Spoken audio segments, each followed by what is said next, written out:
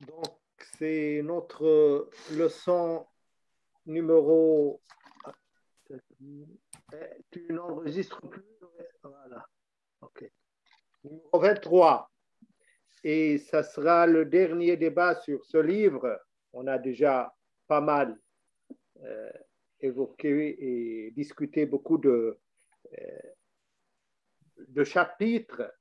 La dernière fois, c'était le silence dans le judaïsme. Et cette fois, on va clôturer les débats sur le silence dans le christianisme. Il y a un chapitre assez dense et j'ai traduit pas mal de paragraphes de ce chapitre dans mon livre Le silence dans le christianisme. Ça se dit comment en arabe? As-samt fil masihiyya. Et le silence, donc, c'est Assam. As-samt. As-samt. Samt. S-A-M-T. S-A-N-T, oui. S-A-M-T. M-T, Ce qui m'a Samt. OK. étonné, c'est que ce Oui. livre a eu un Parce que succès. Sama, c'est Hein? l'écoute. Sama écoute. Oui, c'est ça. Et Samt, c'est silence. C'est le silence. Ce qui m'a étonné, Oui. c'est que ce livre a eu beaucoup de succès. Il est maintenant dans sa 5e édition. Apparemment, peut-être parce qu'il n'y a pas un équivalent. C'était presque le premier dans ce sujet qui est consacré au silence dans le christianisme. Et je m'en suis inspiré du livre du docteur Jacques Vigne, et surtout le chapitre qu'on va aujourd'hui discuter avec lui, que ce soit le silence chez Saint-Jean Lacroix, ou bien le chant grégorien, ou bien aussi Max Picard, qui n'est pas un pasteur, apparemment, Jacques est protestant, il est plutôt catholique, Max Picard. Ah oui, j'avais cru comprendre ça. Oui, oui, oui. Bref, Oui. on va commencer d'abord par le chant grégorien, Oui. auquel tu consacres un beau paragraphe. Et d'ailleurs, tu en parles souvent, ce n'est pas uniquement dans ce livre du grégorien. L'intérêt au chant grégorien, là, je me rappelle très bien, est-ce que c'est une affaire familiale? Une fois, j'étais à Paris et pour voir ta famille, c'était ton frère qui était le chef de la chorale à Val-de-Grâce. Et là-bas, je me rappelle Oui, bien, oui. j'ai rencontré, c'était la seule fois, votre mère, c'était en 2001. Tellement elle te ressemble. Je lui ai dit, mais tu ressembles beaucoup à Jacques. Elle m'a dit, c'est lui qui me ressemble. Oui. Vraiment, tu es presque une copie un peu au masculin de ta mère. Mais elle était très contente d'ailleurs quand elle m'a vu.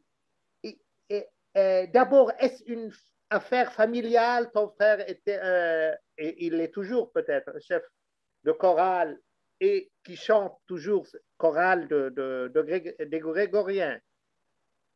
Et qu'est-ce que tu as Oui, donc, appris de ce grégorien? oui, donc, quand il chantait au Val-de-Grâce, il a aussi organisé un congrès international de chant grégorien. Et à la suite de ce congrès, il a fait valoir au Conservatoire national de musique de Paris que le chant grégorien faisait partie du patrimoine français et que donc c'était important qu'il soit enseigné au conservatoire. Et du coup, il a eu la première chaire de chant grégorien au Conservatoire national de la Villette, donc à Paris, et il l'a gardé jusqu'à sa retraite il y a 1 an et demi. Voilà. Donc, et maintenant, c'est une de ses élèves, Miss Sorin, qui est d'origine coréenne, et qui a aussi fait le conservatoire en piano, qui a cette chaire de chant grégorien. Il a fondé aussi une école de chant grégorien et le chœur grégorien de Paris. Donc, on l'a fondé avec quelques amis dans la salle à manger de notre maison, près du Bois de Boulogne à Neuilly, quand on avait 18-19 ans. Enfin, j'avais peut-être 17 ans, lui 19 ans. Et on avait été à Solesmes pour pratiquer un petit peu le chant grégorien. Et on s'est dit, on va lancer un chœur à Paris. Lui-même, donc, était plus musicien que moi. Il avait fait la chorale de Sainte-Croix de Neuilly. Et puis ensuite, sa carte professionnelle d'organiste quand il avait 17-18 ans. Et voilà, et moi-même, j'avais fait pas mal de piano. mais pas vraiment de chant ni d'orgue. Voilà, donc un peu Et d'orgue, pourquoi mais très cet peu. intérêt spécialement au grégorien, Jacques, dans la famille? Et donc, tous les deux, on s'est intéressés au grégorien, mais notre père nous a beaucoup encouragés. Il était sensible au chant grégorien.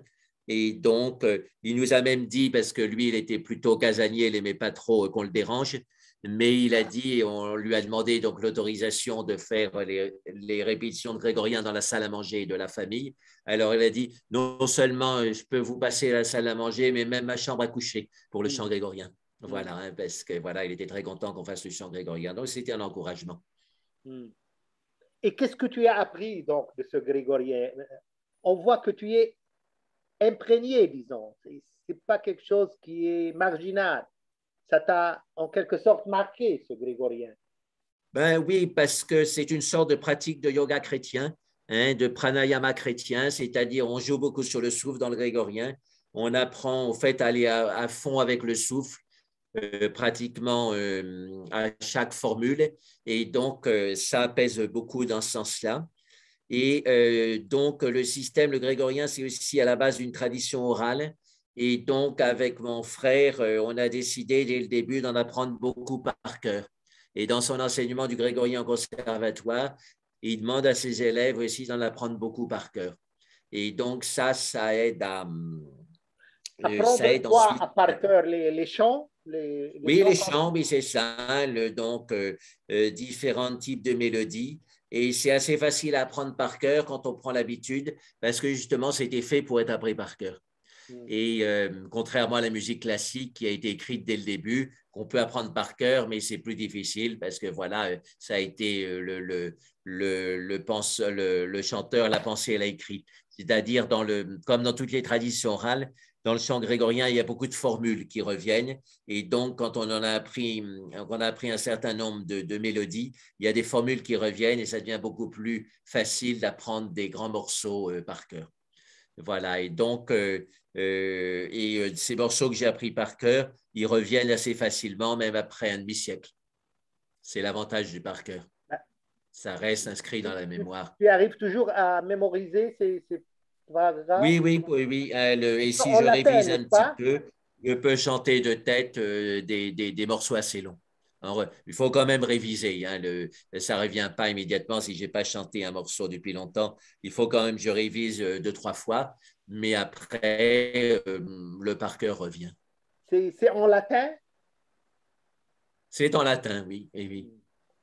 Et tu dis d'ailleurs, Jacques, à la page 246, il y a plusieurs silences qui sont enchâssés discrètement dans la pratique du grégorien. Quels sont ces silences dont tu parles? Oui, ben, il y a déjà un silence qui est finalement évident, c'est le silence des consonnes. C'est-à-dire le grégorien, c'est basé sur la récitation des psaumes, mais dans les morceaux plus évolués, plus développés, comme les communions, les offertoires, les introïtes, à ce moment-là, on s'arrête sur une voyelle et on fait ce qu'on appelle un mélisme. Et donc, ce mélisme, eh bien, ça permet de faire un silence des consonnes et donc d'aller plus vers une sensation d'arrêt. Alors, des fois, le mélisme est dès le début de la mélodie, comme, comme un peu ces vignettes, hein, ces enluminures qu'on met au début des mélodies grégoriennes dans les manuscrits médiévaux. Par exemple, si on prend le début du graduel de l'Épiphanie, Omnes des sabbats, vous tous de sabbat, vous êtes venus avec de l'or et de l'encens pour adorer le Seigneur. Et donc, ça commence comme ça. Omnes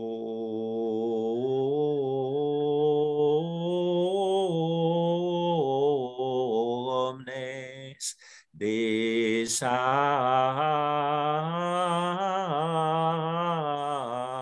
Abraham. Et donc, dès le début, on a l'impression que le son sort du silence, hein, que ce haut sort du silence. Et ensuite, le reste du texte continue avec donc omnes des sabbats, ça part du haut. Donc, il y a une transition entre le silence avant et puis le texte grâce à ce haut qui est enluminé en quelque sorte, comme ces lettrines qu'on met au début des textes dans les manuscrits de grégoriens médiévaux.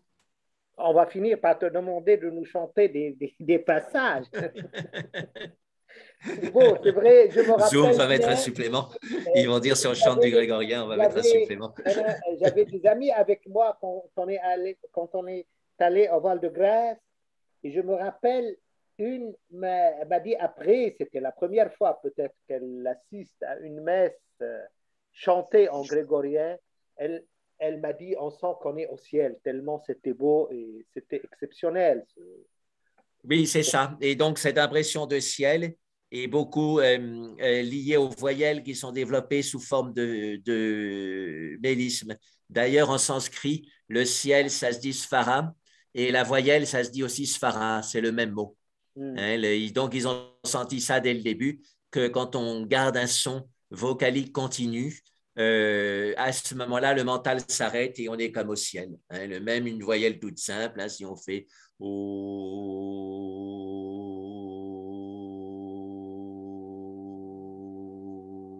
Ouais. on sent le mental qui s'arrête et à ce moment-là, il y a une joie qui n'est pas la joie habituelle, qui n'est pas la joie de l'excitation, Mm. qui descend en nous. Mm. Et tu parles d'ailleurs à la page 346, ces silences temporaires, tu dis, représentent des silences au sein du son et font remonter de façon subtile le souvenir du chant du silence. Donc, est-ce que tu peux expliquer un petit peu ce mécanisme méditatif dans le grégorien? Oui, alors déjà, on disait de Mozart, ce qu'il y a de bien de Mozart, dans Mozart, c'est qu'après Mozart, c'est toujours du Mozart. Mm. Hein, c'est-à-dire le silence après une musique de Mozart nous laisse une mélodie dans la tête qui continue. Et donc, avec le grégorien, c'est pareil. Hein, quand on arrête le grégorien, souvent, il y a des M à la fin des mots qui font une transition très douce, une sorte de dégradé entre le son et le silence. Et à ce moment-là, le son du grégorien a tendance à continuer dans le silence, comme s'il n'y avait pas de rupture brusque, s'il y avait une continuité. Et ça, donc, ça aide à dissoudre les limites du corps et à être dans l'âme infinie, comme un souffle qui se répandrait sans obstacle dans tout l'espace. Et donc, il y a ce silence, et puis, donc, à l'intérieur d'une mélodie grégorienne un peu développée, il y a tout ce silence des consonnes que représentent les mélismes, c'est-à-dire ces vocalises sur une seule voyelle. Et à chaque fois, ça fait comme une suspension dans le ciel. Et donc, ça aide à passer du langage habituel qui est un peu heurté par toutes ces consonnes à quelque chose de beaucoup plus extatique, c'est-à-dire on sort du mouvement des consonnes et on va dans l'immobilité de la voyelle. Et même quand il y a un mouvement dans la voyelle avec une mélodie, ce qu'on appelle le mélisme, donc une mélodie sur une seule voyelle, il y a quand même un silence des consonnes et on sent un arrêt du mental. Ben, justement, tu parles des finales des mots en M, tu dis. Et c'est Oui, associé, tu dis, en Inde à Om, M. Donc, ma question, est-ce une simple ressemblance ou bien il y a eu une certaine interaction, selon toi, entre le grégorien et le chant traditionnel et religieux indien? alors donc, ben, il y a deux bases euh, linguistique commune, hein, c'est l'indo-européen. Et en indo-européen, donc les accusatifs, les neutres, se terminent par M souvent. En tous les cas, c'est le cas en sanskrit, c'est le cas en latin. En grec, bon, c'est plutôt le N, mais je pense qu'il y a les M aussi en grec. Bon, je me souviens, là, ça ne me revient pas. Mais en tous les cas, en latin, c'est clair. Hein, il y a les sons pour l'accusatif ou le neutre qui sont très fréquents, ou âme pour l'accusatif féminin. Et donc, ça colore beaucoup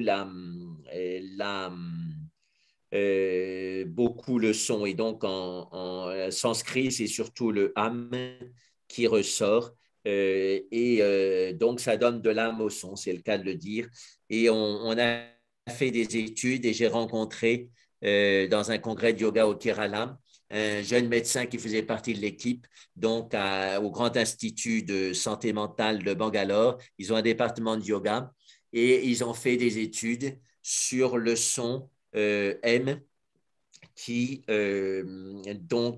enfin sur le son Aum, et ils sont aperçus que la récitation du son Aum faisait baisser l'activité électrique de l'amygdale cérébrale. L'amygdale cérébrale, c'est le centre de la peur et de l'anxiété. Et donc, quand on fait le home, on baisse son anxiété et c'est enregistrable au niveau cérébral. Alors que si on fait le son S, par exemple, il n'y a pas de changement, on garde la même anxiété. Et donc, à la fois les chanteurs sanscrits pour les Védas ou les mantras ont senti ça. C'est pour ça qu'ils commencent leur mantra par Aum ou Aum. Et puis, dans le milieu hébreu aussi, avec le Amen, on l'a senti. Et dans le chant latin, on l'a senti non seulement avec le dit Amen, Amen, je vous le dis, hein, Amen, Amen, Lego, Humin en grec. Et en grec. Et donc, ce son donc du M aide à la dissolution de l'anxiété. Et c'est pour ça qu'il est souvent repris dans les mélodies grégoriennes, soit en début de phrase avec le Amen, ou en fin de phrase, enfin en fin d'hymne aussi, avec le Amen de nouveau, ou alors en fin de mot, avec le et le Am des accusatifs.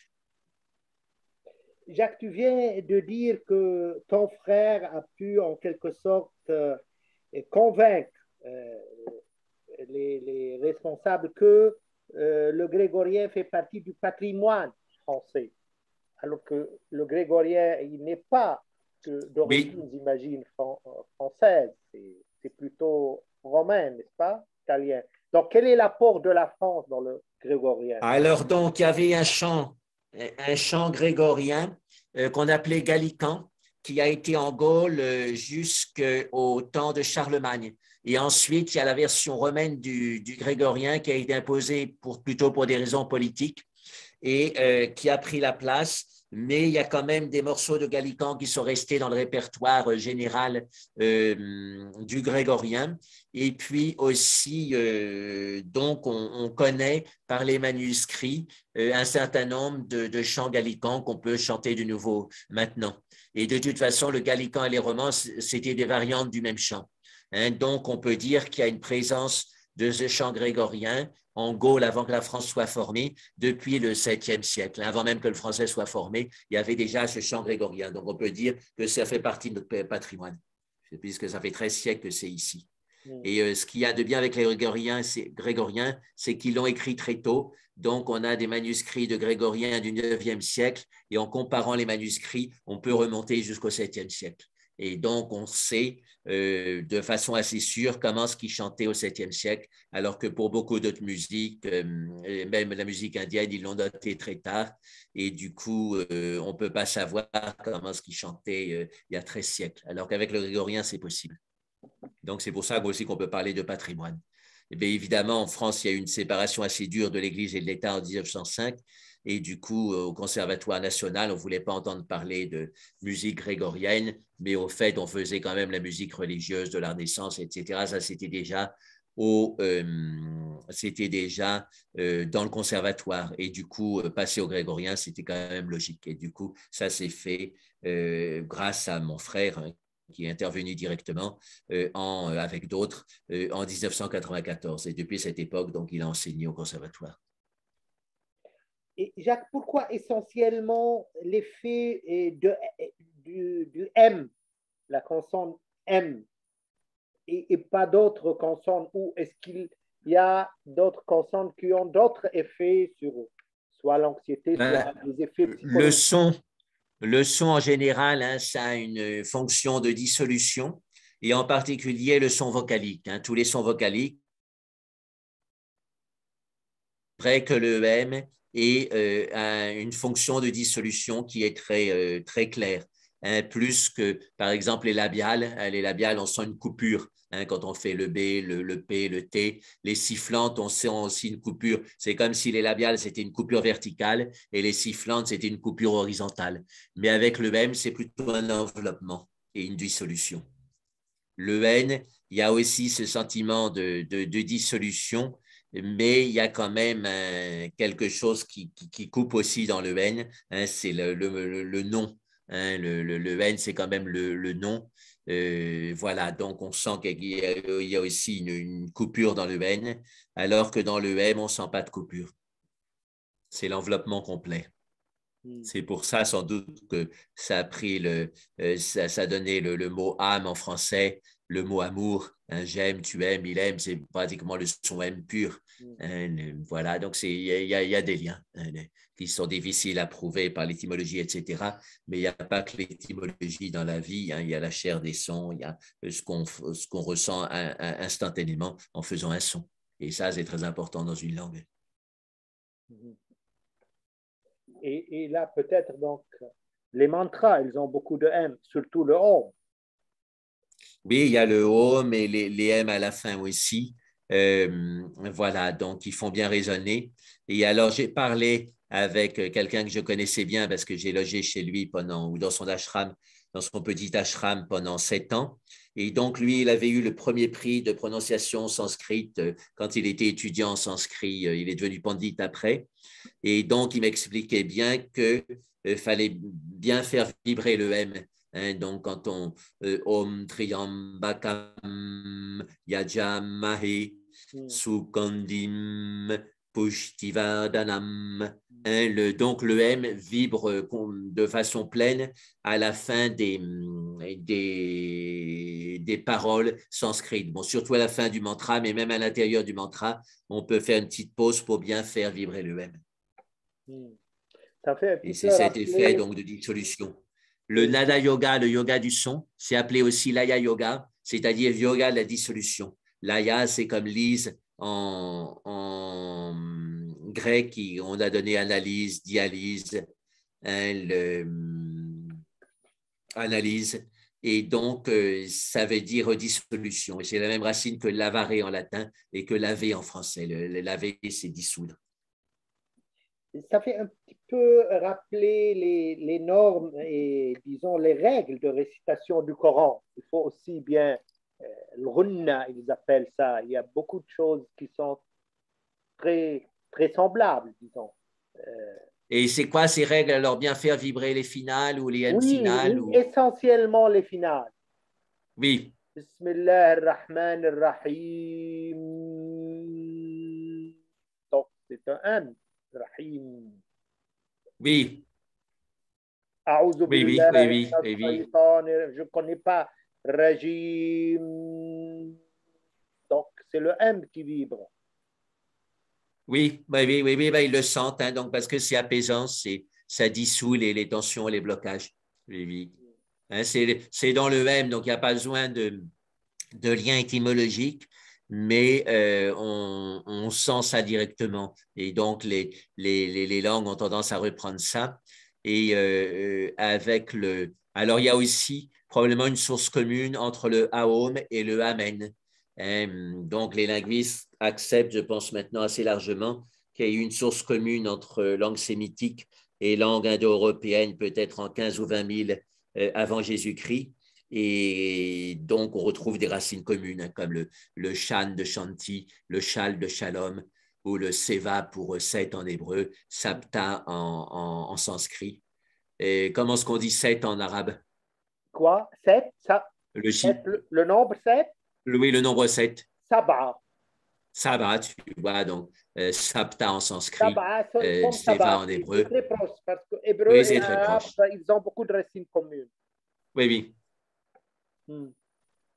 Mais c'est bizarre, il y a toujours deux lettres qui reviennent. Il y a le A, qui est le début de la plupart des alphabets, et il y a le M comme consonne. Oui, Pourquoi oui, oui, oui, oui. essentiellement Hein, parce que le A, c'est l'origine et le M, c'est la fin en quelque sorte. Bon, c'est vrai que ce n'est pas la fin de l'alphabet, ni en sanskrit, ni en latin, mais quand même, le M, c'est la fin de la prononciation. Hein, on commence par le A, c'est la lettre la plus à l'arrière dans la gorge, et le M, on peut dire, c'est la lettre la plus en avant. Alors peut-être le N, bon, le N est un peu plus haut puisqu'il part dans le nez, mais le M fait vibrer tout le visage, donc on peut dire que c'est une lettre qui est très en avant. Okay.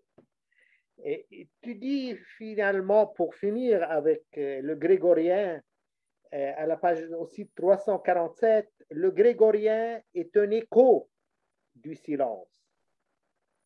Est-ce tout concernant cette tradition ancienne du chant et un écho de silence? Qu'est-ce que vous voulez dire? C'est peut-être l'essentiel, hein, c'est pas le tout, bien sûr. Hein, le grégorien, c'est très riche, avec des paroles qui ont du sens, hein, que les moines méditaient.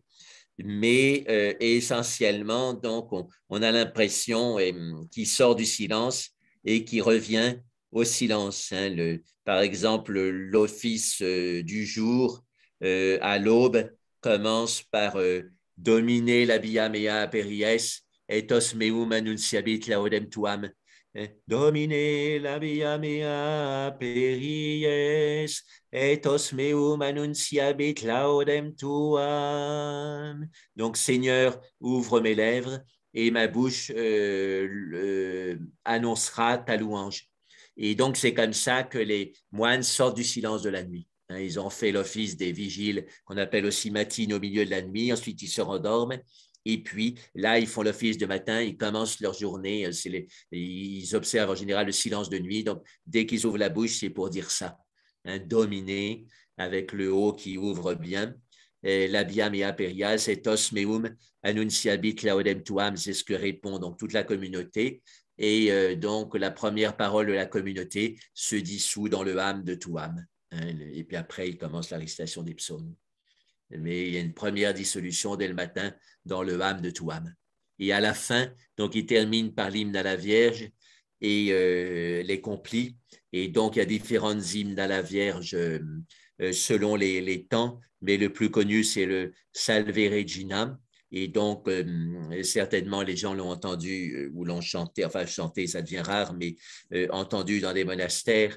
Et donc, la fin, c'est O clemens, O pia, O clemens, Virgo Maria. C'est O clemens, O pia. Oui, enfin, c'est quelque chose comme ça, mais il y a le Clemens, oui, qui est là. Voilà, donc on tourne de nouveau autour du haut. Hein, on se suspend avec le haut et voilà, on termine par Virgo Maria. Mais ce haut nous envoie déjà dans le silence de la nuit. Hein, donc c'est très connu comme conclusion de la vie monastique. Jacques, toi qui as donc pratiqué, comme tu dis d'ailleurs dans ton livre, à peu près 9 ans le grégorien, et après tu as connu de près les chants traditionnels spirituels indiens. Donc, et quel est celui qui t'a touché ou bien qui a eu un impact le plus? Et qu'est-ce qu'il y a des points de ressemblance et de différence entre les deux? Oui, ben, il y a quand même beaucoup de points de ressemblance. Hein, beaucoup de points de ressemblance. Et alors, les différences, bien sûr, bon, il y a la langue, hein, le sanskrit latin, il y a le contenu des textes, hein, les psaumes, c'est une littérature, à mon sens, assez spéciale. Hein. J'aime bien le grégorien, mais j'avoue que je ne suis pas très à l'aise dans les psaumes. Je trouve qu'il y a trop de plaintes. Hein. Voilà, là, les monothéistes, enfin, bon, les musulmans ne font pas beaucoup les psaumes, hein, mais les chrétiens et les juifs sont très habitués aux psaumes, donc pour eux, ça semble naturel dans la prière qu'on se plaigne tout le temps à Dieu. Mais honnêtement, je trouve que c'est en sanskrit, la plainte à Dieu, bon, elle existe un petit peu, mais beaucoup moins. Beaucoup moins, c'est beaucoup moins rabâché tous les jours. C'est plutôt des hymnes de louange, de louange à Dieu, la grâce de Dieu, le pouvoir de Dieu. Voilà, il y a moins cette plainte, il y a moins cette idée de persécution aussi, alors que dans les psaumes, c'est omniprésent. Tous les 3 versets, ça ressort. Ils me veulent du mal, ils me chassent. Dieu vient à mon secours, etc. Ils sont tous contre moi. Et je trouve ça lourd. Je trouve ça lourd. Et je sais que pour moi, je me suis posé la question d'être moine chrétien. Mais quand j'ai vu cette importance des psaumes, je me suis dit, j'ai tout simplement pas envie de réciter ça toute ma vie. Il y a de belles choses dans les psaumes, mais j'ai cette plainte qui est omniprésente et je trouve que ça fait une ambiance lourde. On passe au deuxième volet de notre débat, essentiellement qui va porter sur Max Picard. Donc, il est né en 1888, il est décédé en 1965.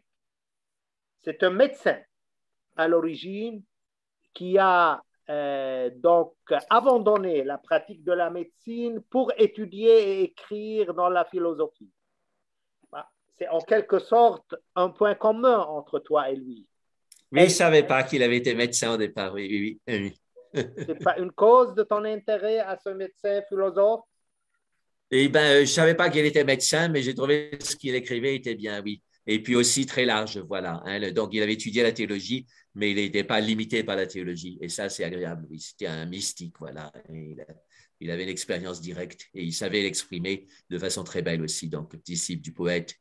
Oui, justement, c'est disons, ton intérêt à cet écrivain, surtout qu'on n'en parle pas beaucoup actuellement de Max Picard. Et tu le cites là, une de tes citations, il dit: le langage n'est pas un résultat de l'évolution de la conscience humaine, mais c'est un don divin. Là, c'est toi qui le cites, hein, c'est Picard. Oui. Et ça contredit, d'ailleurs, il était contre apparemment la théorie de l'évolution de Darwin. Et ça contredit la théorie de l'évolution de Darwin qui est plutôt actuellement de plus en plus acceptée dans les cercles scientifiques. Jusqu'à quel point tu es d'accord avec lui que le langage est un don divin, ce n'est pas le résultat de l'évolution de la conscience humaine?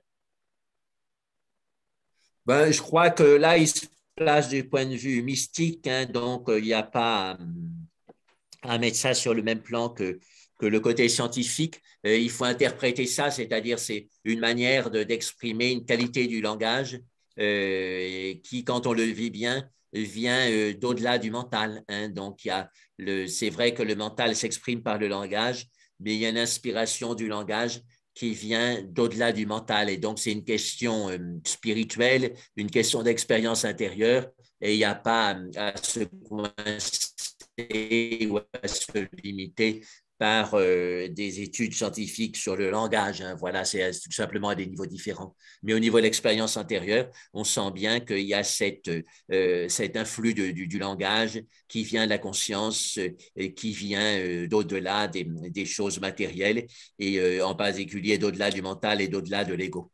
Donc, je pense que c'est ça qu'il faut comprendre. Voilà. Au-delà de l'ego même, ça vient? Oui, oui, parce que voilà, le langage exprime des intuitions qui sont pas toujours, mais des fois qui sont très élevées et on ne sait même pas d'où elles viennent.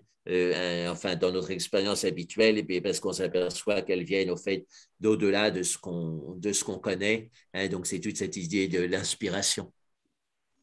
Et donc, entre inspiration et inspiration divine, il n'y a qu'un pas, voilà, parce que ce qui vient d'un endroit qu'on ne connaît pas, dans notre profondeur ou au-delà de notre ego, on a tendance à l'appeler divin. Voilà, c'est une manière de dire. Mais ça me rappelle un petit peu ce passage célèbre dans la Bible avec la tour de Babel, pour dire qu'au début, c'était une seule langue, et après, c'est Dieu lui-même qui a semé cette différence Vous connaissez l'histoire du tour de Oui, oui, oui, oui, oui, oui, oui, oui. Et on pourrait dire que le centre de cette langue unique, c'est le son du silence. Voilà. Tu crois qu'il y avait à l'origine une langue unique et après elle s'est multipliée? Alors, c'est intéressant de voir les dernières recherches en linguistique. Enfin, bon, je ne suis pas ça au jour le jour, mais il y a un moment où j'ai quand même regardé. Et on rassemble toutes les langues de l'humanité en 12 langues, hein, 12 troncs communs de langues. Il y a énormément de langues humaines, y compris des langues primitives, il y en a beaucoup, mais on les rassemble quand même en 12 troncs.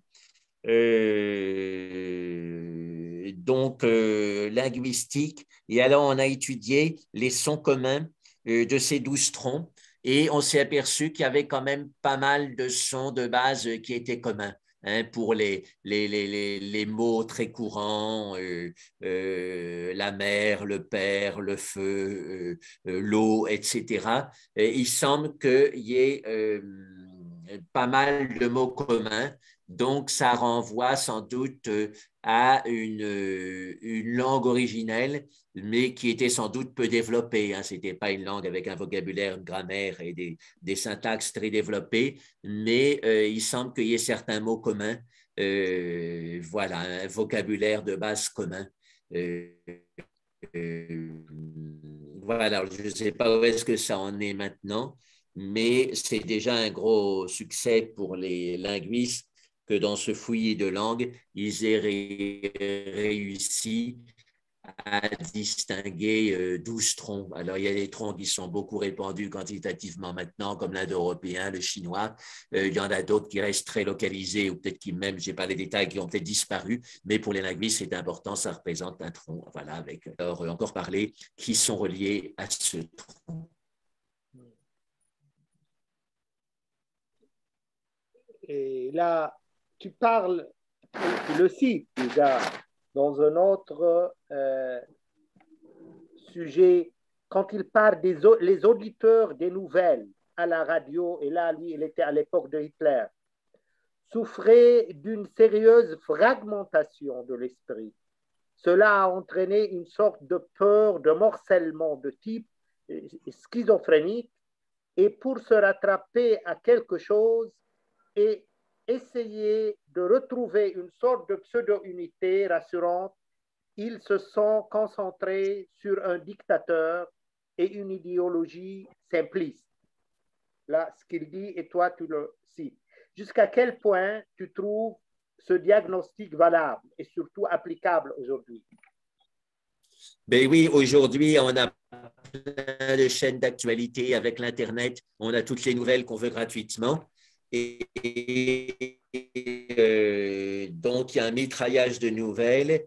Et non seulement ça fatigue, mais ça fragmente.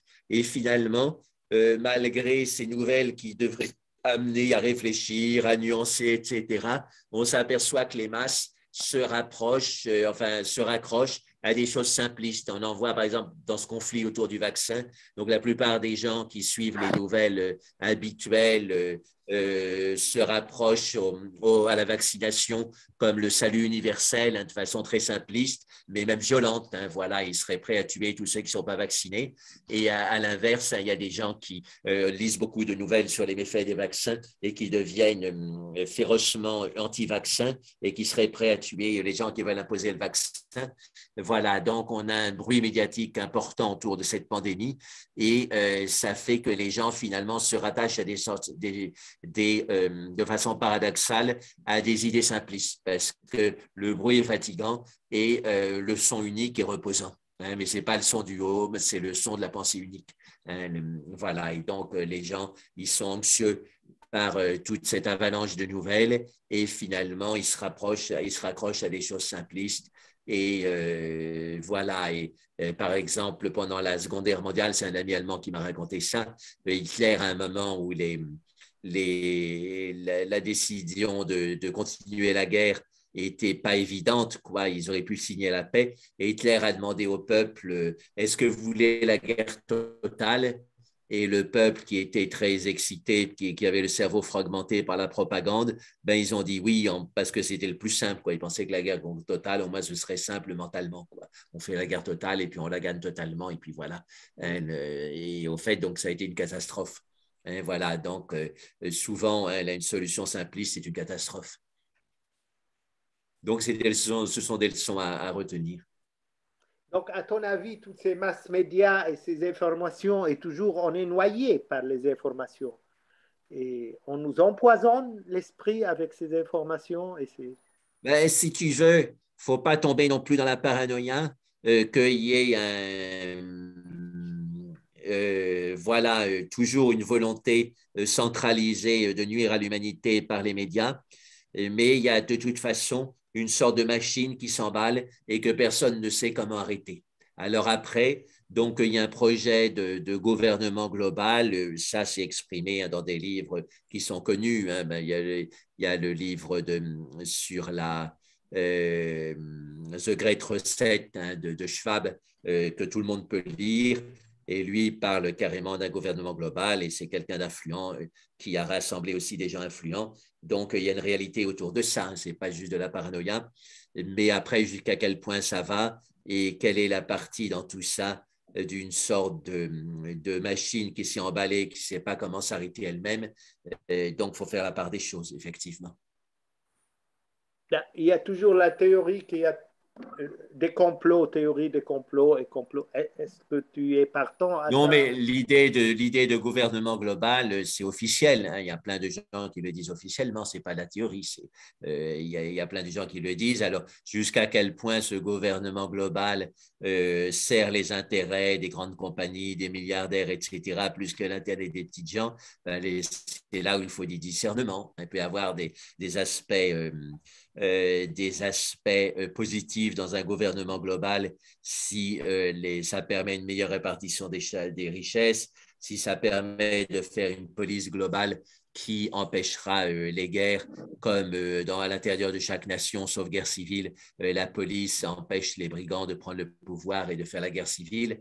Voilà, donc on peut avoir des aspects positifs, mais le fait est que grâce à la facilité des communications et peut-être des intérêts qui ne sont pas les intérêts de la communauté, mais qui sont simplement les intérêts de quelques-uns, il y a une tendance à une gouvernance globale, donc une tendance aussi à une monnaie globale. Est-ce que ce sera pour le bien des petits gens? Ben, beaucoup de gens intelligents disent que non.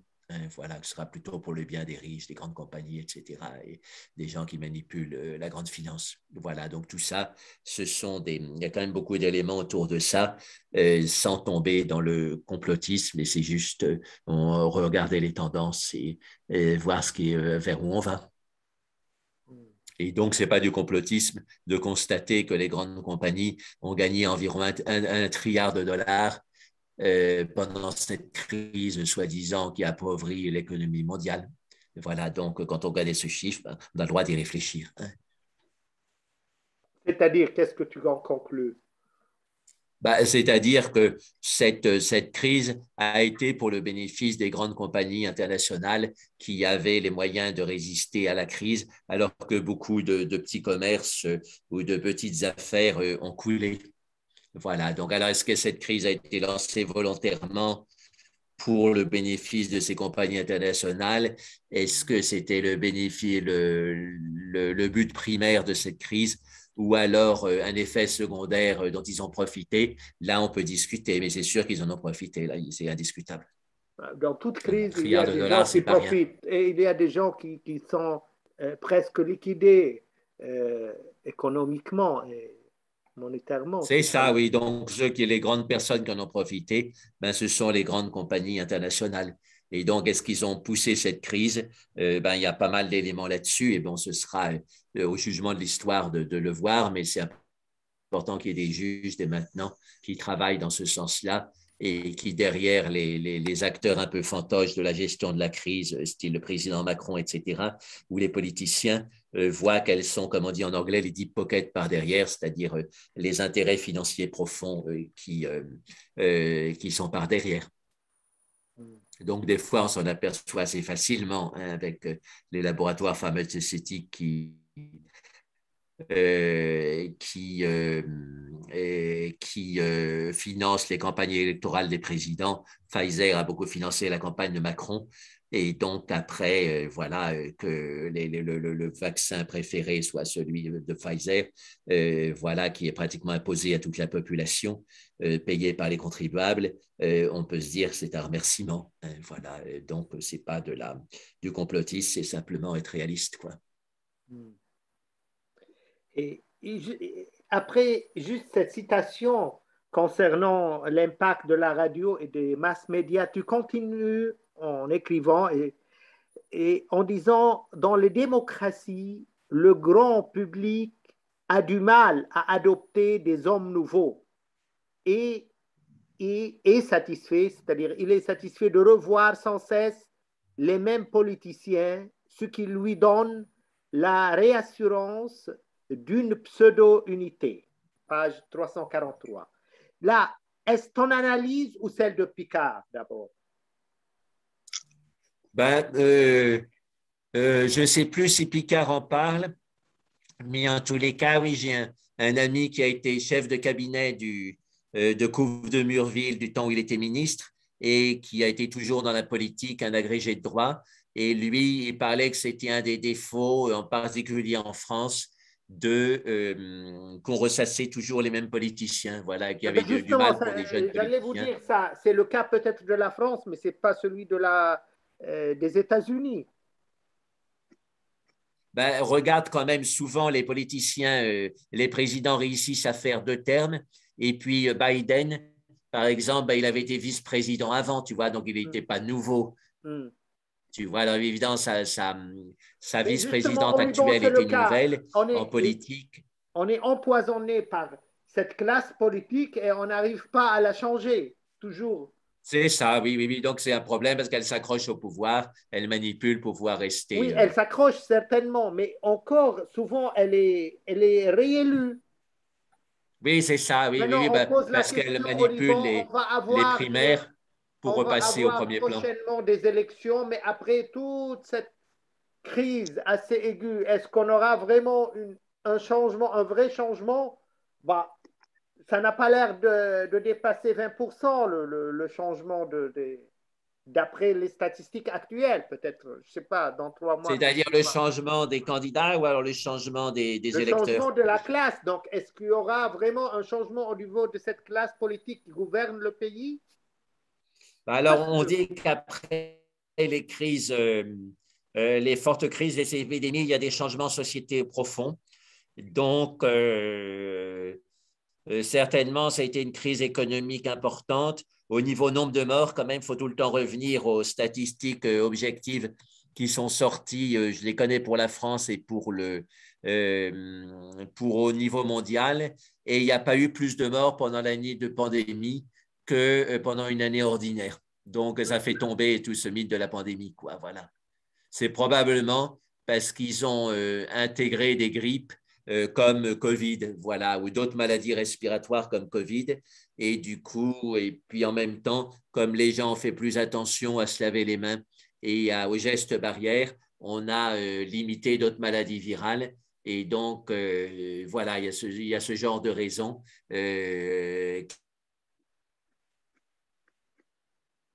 qui jouent dans les deux sens, mais qui explique que bien qu'il y ait eu effectivement des morts du Covid, et parce que tout d'un coup, la grippe a disparu. Donc, ça veut dire qu'on a étiqueté probablement beaucoup de morts de grippe comme Covid pour faire peur à la population, de nouvelles manipulations et justifier des confinements pour maîtriser la population. Donc, tout ça, il faudra suivre ce qu'ils recherchent, mais voilà, on s'aperçoit qu'il y a une volonté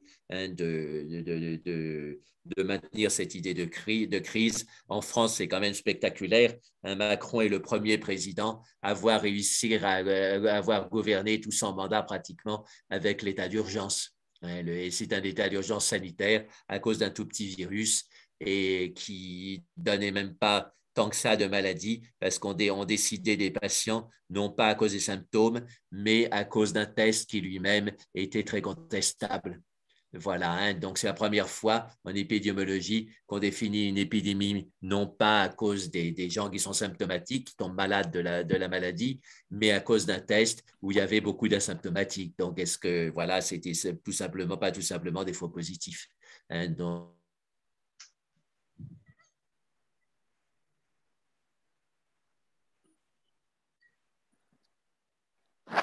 Alors,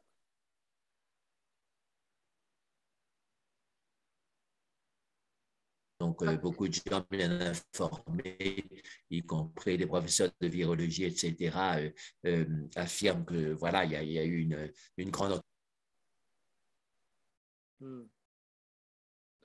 tu es toujours là, Jacques? Donc, oui.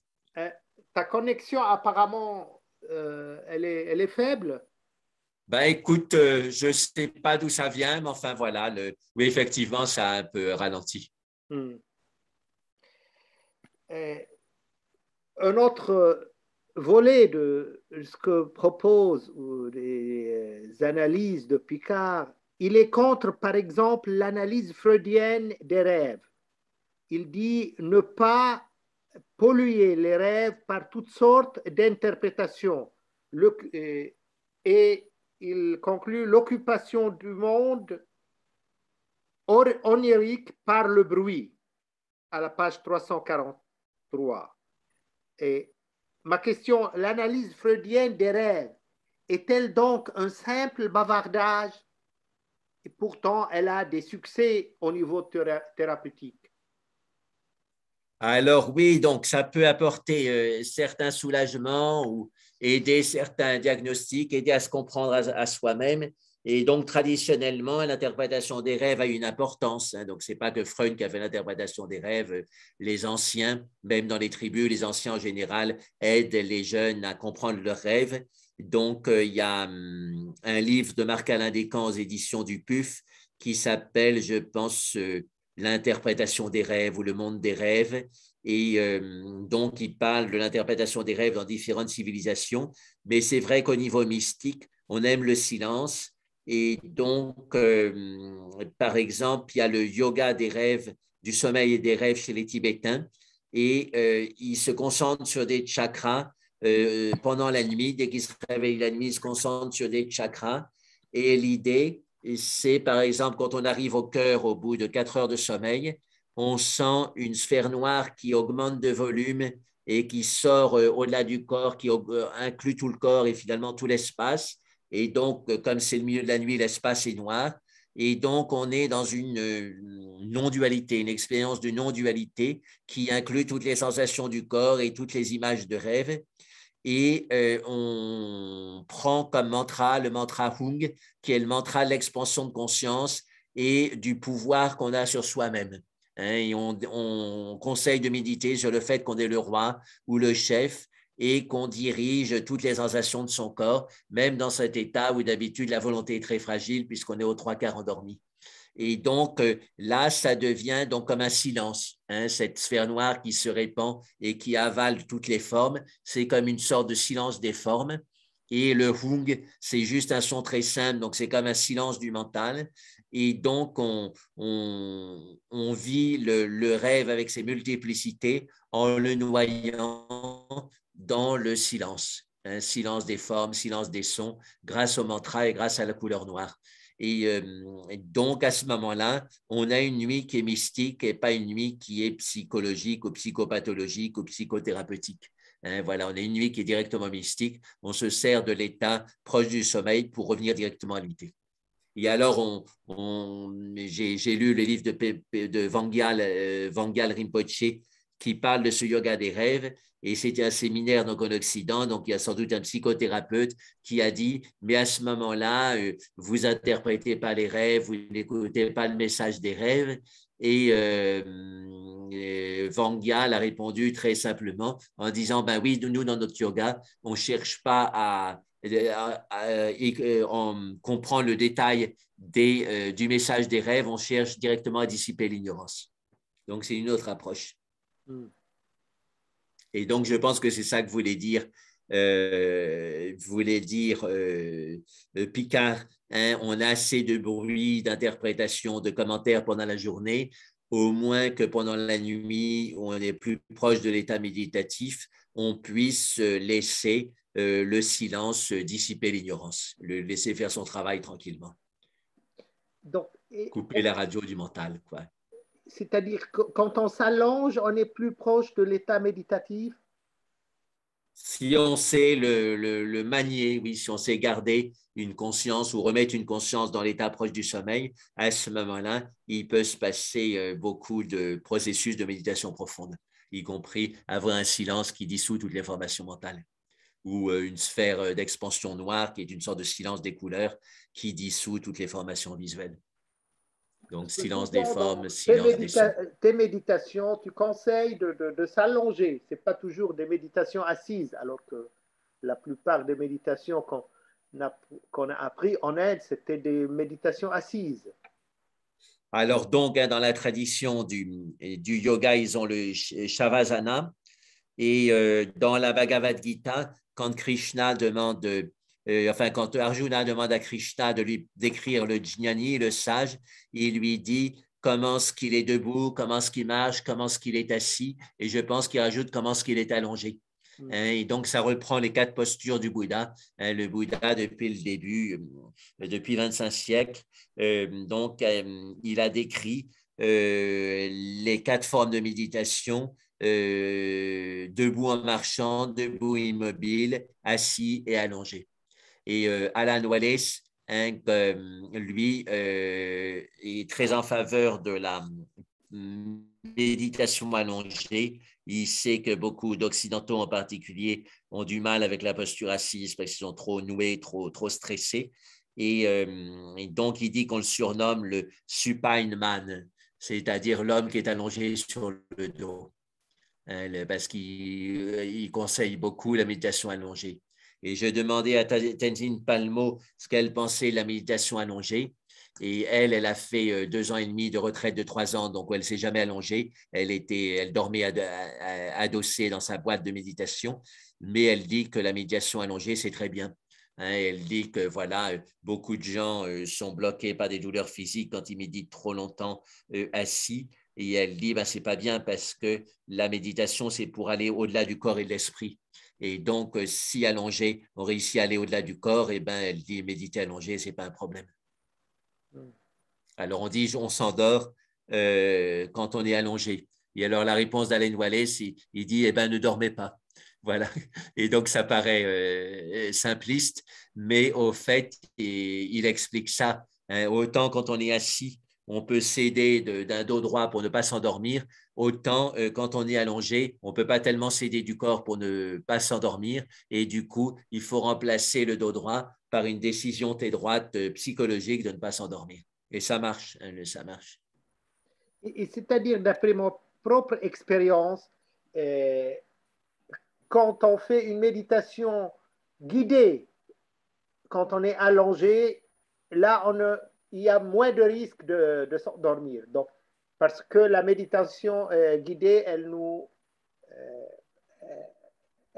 trace un certain cheminement, en quelque sorte. Alors que.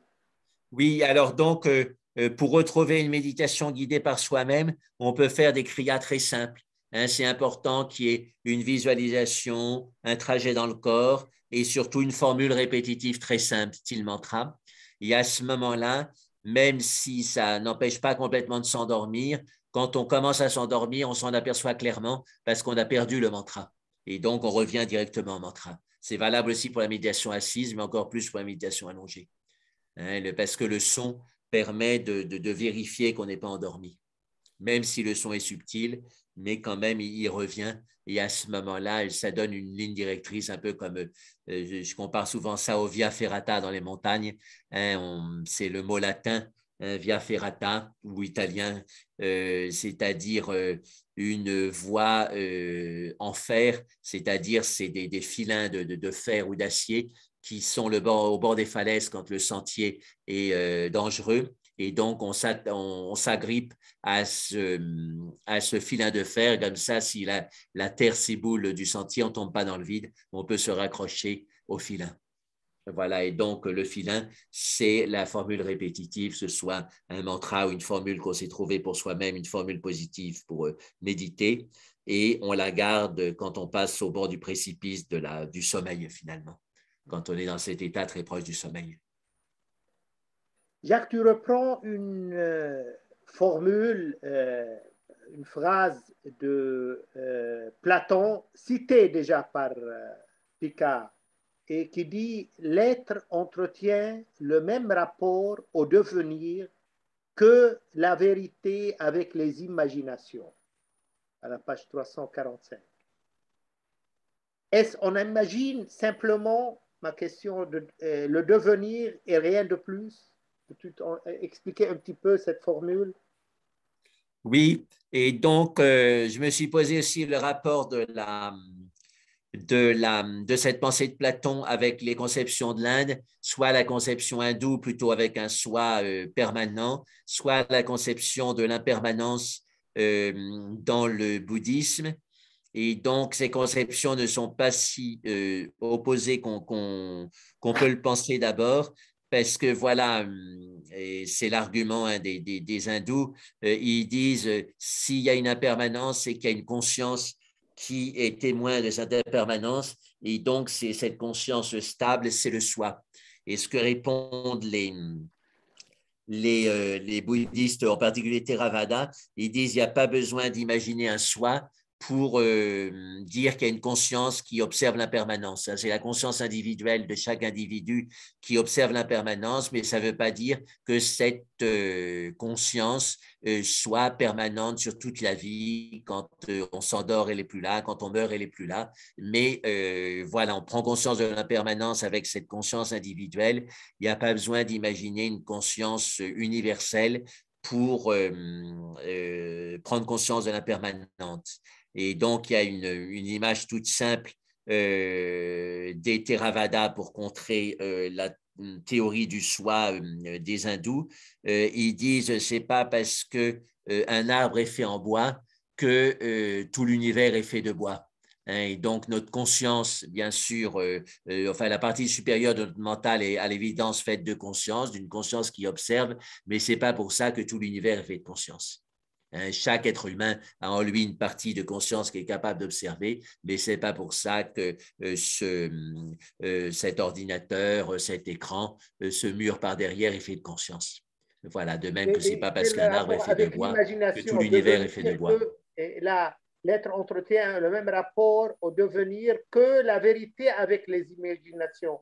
Donc, Oui, ça, c'est la conception ontologique du monde. Hein. L'existence du monde est une ontologie, mais après, cette ontologie peut se déformer, mais ça ne change pas l'ontologie de base. Quoi. Les déformations, c'est finalement, ils disent ce que dit le Vedanta, hein, les déformations sont irréelles. Hein.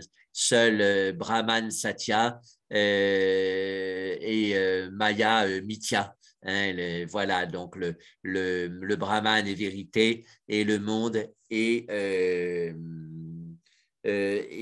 Jagat Maya, oui, c'est Brahman Satya, Jagat Maya, c'est-à-dire seul le Brahman est vérité, le monde est Maya, c'est-à-dire illusion. Donc, c'est ce que dit Platon là. Il dit il y a un être qui est la seule vérité et ensuite toutes les déformations du monde, c'est finalement une imagination. Alors, il ne va pas jusqu'à dire que le monde est un produit de notre mental, mais il flirte en quelque sorte avec cette idée. tu reprends et là aussi, Picard, il renverse la formule, le cogitos de Descartes, en disant, lui, je cogite, donc je ne suis pas. Ben, je suis presque d'accord avec lui, expérimenter l'être, l'existence dans le silence. Mais ce bruit mental, cette tumulte continuel, comment la calmer? Ben, on a bien de dire que voilà, on est tout le temps en train de penser et c'est un bruit continuel. Mais on n'arrive pas à s'en sortir finalement. C'est notre problème quotidien. Oui, alors, donc, Oui, si j'ai repéré cette pensée de Picard aussi, c'est parce qu'elle faisait beaucoup penser à Ramana Maharshi. Ramana Maharshi disait tout simplement, penser n'est pas la véritable nature de l'homme. Hein, donc, pour Ramana Maharshi et le Vedanta, c'est le soi qui est la nature véritable de l'homme. Et donc, le mouvement de la pensée, c'est un produit du soi, mais ce n'est pas la véritable nature de l'homme, ce n'est pas sa nature la plus élevée, donc la plus authentique finalement. Et donc, c'est finalement ce que dit aussi Picard, hein, la pensée, c'est une Oui, transformation d'autre chose. c'est assez, Picard, c'est assez attirant, c'est assez important ce qu'il dit, mais euh, Et donc, dans cette paix, dans cet arrêt du mental, mais il y a le divin. Hein, une fois, un disciple avait demandé à Ramana Maharshi qui est Dieu. Et on raconte que Ramana Maharshi l'a regardé peut-être pendant 10 minutes dans les yeux sans rien dire. Et puis à la fin, il a juste dit celui qui est Dieu. Enfin, ce qui est Dieu, qui est l'absolu. hmm. Et donc, c'est aussi l'argument ontologique pour l'existence de Dieu. Hein, dans la théologie médiévale, ils insistaient beaucoup là-dessus. Je pense que ça vient de Platon, bon, sans doute Aristote aussi. Et les théologiens chrétiens l'ont repris. Donc, ce qui est Dieu. Hein, et donc, il y a cette notion aussi d'arrêt du mental. Alors, comment arriver à l'arrêt du mental? Ben, c'est en le freinant progressivement. Hein, quand j'ai demandé à Swami Vijayananda pourquoi elle est restée si longtemps, 18 ans dans l'Himalaya, il m'a répondu c'était pour freiner le mental. Et alors, quand on regarde ça de l'extérieur, on dit, mais c'est pas très rigolo. Beaucoup de gens qui sont plutôt excités trouvent ça amusant d'accélérer le mental. Et donc, passer 18 ans rien que pour freiner le mental, on trouve ça plutôt dépitant. Mais quand on comprend comment que fonctionne l'expérience spirituelle, ben, quand on freine le mental, c'est comme quand on fait décanter l'eau d'un lac, hein, la boue tombe au fond et on voit beaucoup plus clairement le fond du lac, c'est-à-dire on a des expériences spirituelles beaucoup plus profondes. Voilà, donc lui, il disait pas arrêter le mental, il disait freiner le mental, c'est déjà beaucoup. Et alors sinon, j'ai entendu parler d'une controverse en Thaïlande entre les moines des villes et les moines de la forêt. Les moines des villes disent c'est pas possible d'arrêter le mental. Et les moines de la forêt disent si, si, c'est possible, mais c'est simplement que vous pratiquez pas assez. Voilà. Et dans la description des jhanas, hein, du Bouddha, il donne comme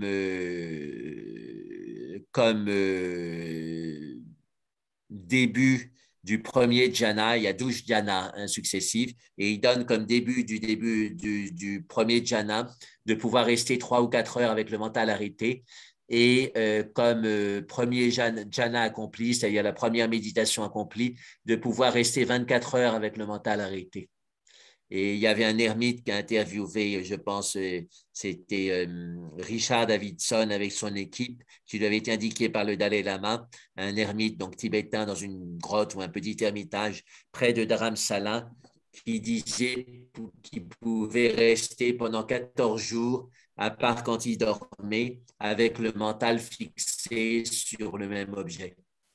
Voilà, donc il y a des possibilités, ça nous semble impossible. C'est effectivement impossible pour les grands professeurs de psychologie, en des pratiquants qui pratiquent selon des choses traditionnelles. Cet arrêt du mental ou ce freinage très grand du mental devient possible. Alors sinon, il y a aussi l'arrêt au second degré, et ça, c'est l'imitation d'observation.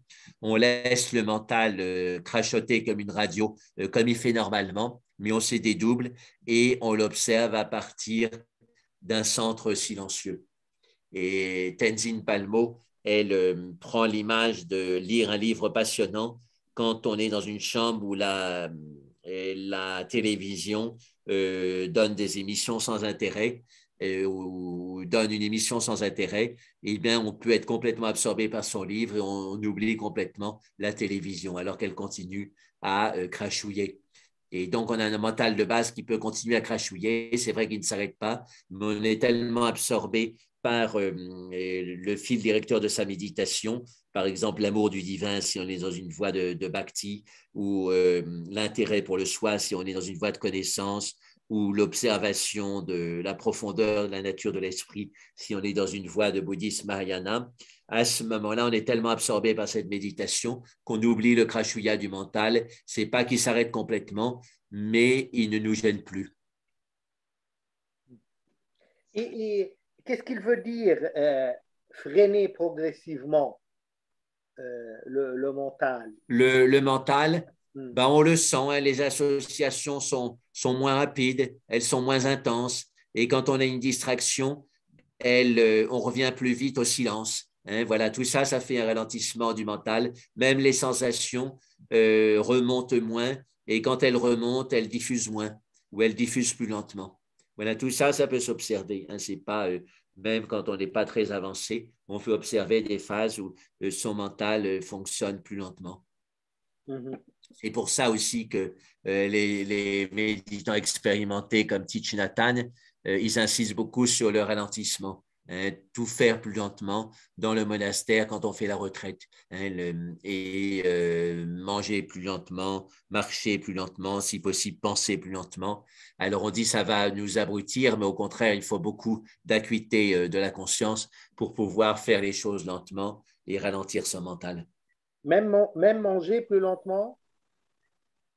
Alors oui, ça fait partie des disciplines chez les moines. Hein. Ça fait partie des disciplines. Ils mangent en silence déjà et ils mangent plus lentement. Voilà, même les gestes les plus simples, ils cherchent à les faire plus lentement, à tel point que Thich Nhat Hanh parlait de ces centres en Occident en disant ce sont des cliniques de la lenteur. Mhm. Hein, on souffre d'accélérite chronique ou aiguë et ils nous soignent par des cliniques de la lenteur. Mhm. Et donc, le son du silence, c'est aussi une manière de ralentir les paroles, hein, parce qu'à chaque fois, elles se dissolvent dans le son du silence et donc, quelque part, il y en a moins de nouvelles qui viennent. Mhm. Donc, si on ralentit l'action, on pourra à ce moment ralentir cette accélération mentale. Oui, oui. Par le corps, il y a un effet sur l'esprit. Mhm. Même si au début, il peut y avoir des phases paradoxales, on est énervé de ralentir l'action, du coup, on a un mental encore plus agité. Mais ça, ce sont des phases de début ou des réactions paradoxales quand on se met à pratiquer beaucoup plus que ce dont on a l'habitude. Mais il ne faut pas se laisser décourager, il faut persévérer. Et avant et après ces phases d'accélération paradoxale, il y a quand même un ralentissement du mental qui vient. On laisse quelques minutes pour eux, parce que moi, je dois toujours aller à mon dîner là, avec le swami. Hein, Bah, tu veux la qu'on place pour deux, arrête? trois questions rapides et puis après, j'y vais.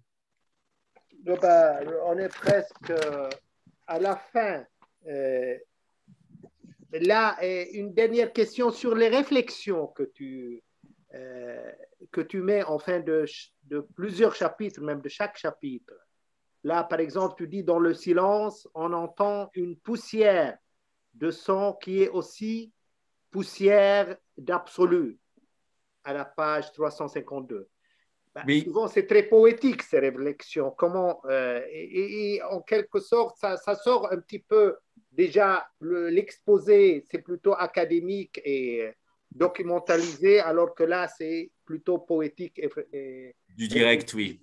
C'est ouais. pour ça que j'aime bien cette alternance, oui, des formules et du style plus essai, parce que je pense que les deux sont très, très complémentaires. J'ai fait ça aussi dans Soigner son âme, méditation et psychologie. Hmm.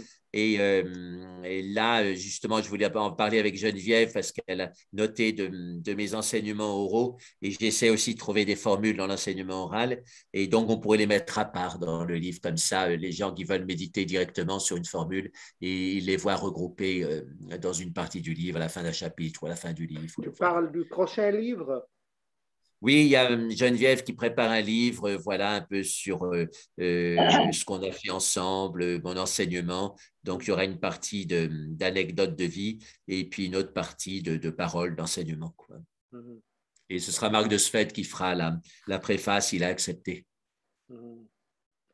Eh ben, là, tu veux qu'on arrête? Donc, tu n'as plus le temps? Ou il y a peut-être. Ou alors peut-être une ou deux questions, on n'est pas très nombreux de toute façon, donc une ou deux Hmm. questions si vous en avez. Oui, Oui, vas-y, Geneviève. Geneviève. Je suis embêtée avec l'histoire de l'horaire pour Pushparaj. Pourquoi 11h30? Pourquoi cette demi en plus? Ben, parce que c'est 4h30 de différence avec l'Inde. Voilà. Bon. Avant, c'est 3h30. Maintenant, c'est 4h30. J'ai eu un voilà. Oui, oui. D'accord, pardon. Merci. Oui, Florence, tu voulais dire quelque chose? Pas spécialement. Pas spécialement. Je suis arrivée un petit peu en retard, alors j'ai un peu… Oui, oui, mais bon, Et Jacques, donc, s'ils n'ont pas une question, il me reste une question là, et que tu as évoqué déjà dans la méditation, le symbole du Christ comme poisson, Jésus-Christ, Fils de Dieu, Sauveur. Et là, tu dis, c'est l'animal le plus silencieux. Mais en fait, pourquoi ce symbole, selon toi, a-t-il disparu presque et a été remplacé par la croix dans le christianisme? Oui, je pense qu'il y a une manipulation. Hein, on est parti de quelque chose de relativement mystique et ensuite on voulait favoriser les martyrs et donc les soldats du Christ qui se font tuer pour la cause. Et du coup, la croix, c'était bien. Regardez, il est mort, il est ressuscité. Et donc, du point de vue idéologique et politique, la croix était plus utile que le poisson. Et d'ailleurs, c'est la femme de Constantin. C'était le poisson. Pourquoi il y a eu ce changement? Oui, ben là, c'est la femme de Constantin qui a fait l'invention de la croix et donc elle a dit qu'elle a retrouvé la croix du Christ et ça a stimulé le culte de la croix. Et Constantin, voilà, c'était le premier empereur chrétien qui voulait imposer le christianisme et le donner comme idéologie pour les armées de l'Empire. Et donc, on voit bien le lien, même historiquement. C'est là quand même pas rien que la femme de Constantin et nous s'est sorti cette histoire de la croix. Comme culte, voilà. Hein, pas national. La femme, Jacques, c'est la mère de Constantin. Ou la mère de Constantin, d'accord. Oui, oui, qu'elle en ait fait un culte impérial. Quoi. Oui, oui, on voit bien l'aspect politique quoi, et militaire. Hein, vous allez mourir au champ de bataille pour les conquêtes chrétiennes comme le Christ est mort sur la croix. Donc, c'est ce qui me vient à l'esprit à propos de ça. Allez. Entendu. Et alors, à mercredi, donc après-demain, on a encore une… oui. Qui arrive en retard. Très bien. Non, il était là. Mais... Non, j'étais là. Oui, oui. On va te signer ton bon de présence pour le patron. Ouais, c'est gentil. Ouais. Allez, au revoir. Merci. Excusez-moi, Pushparaj. Le patron céleste. Pour notre réunion avec Pushparaj, demain, c'est à quelle heure, Geneviève, s'il te plaît? C'est à 19h pour nous, mais pour Pushparaj, ça sera donc 23h30. Alors, je vais l'aviser, lui. Mais pour nous, c'est toujours 19h. Toujours 19h. Merci. Merci. Excusez-moi. Merci. Merci, Louise. Merci à tout le monde. Merci à tout le monde. Bonne journée.